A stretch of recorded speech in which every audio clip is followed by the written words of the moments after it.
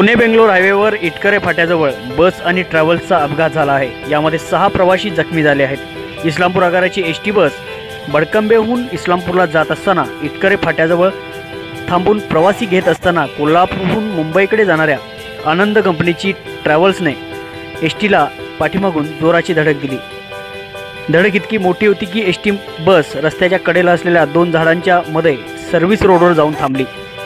यामध्ये एसटीतील पाठीमागील 3 प्रवासी आणि चढत असलेला 1 प्रवासी असे 4 जण जखमी झाले आहेत।